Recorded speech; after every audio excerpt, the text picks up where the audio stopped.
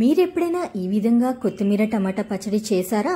నేను చూపించినట్టు చేసినట్లయితే మీకు రైస్, చపాతీ అలాగే ఇడ్లీ, దోశలో కూడా ఈ చట్నీ పర్ఫెక్ట్గా సరిపోతుంది. సో ఇంకా ఆలస్యం చేయకుండా ప్రాసెస్ అన్నది చూసేయండి.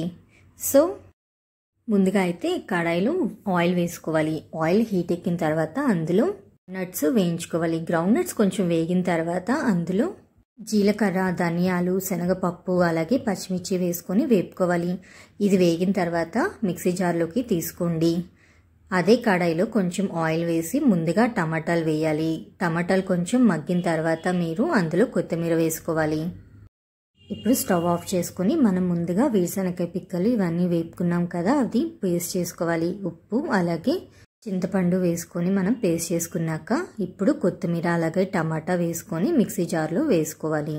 మిక్సీ చేసిన తర్వాత అయితే సేమ్ అదే ప్యాన్లో మనం ఆయిల్ అన్నది వేసుకొని ఇప్పుడు వెల్లుల్లి, ఎండుమిర్చి, జీలకర్ర, ఆవాలు, శనగపప్పు, ఎండుమిర్చి, కరివేపాకు అలాగే ఇంగువ వేసుకోవాలి.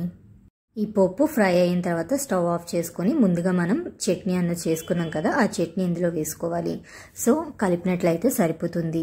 సో ఎంతో టేస్టీగా టొమాటో అండ్ కొత్తిమీర పచ్చడి రెడీ అయిపోయింది. Thanks for watching my channel. Subscribe చేసుకోకుండా మాత్రం వెళ్ళకండి. Thank you. సబ్స్క్రైబ్ చేసుకుంటే ఇలాంటి రుచికరమైన వంటలు ఎన్నో చూడొచ్చు నా ఛానల్లో.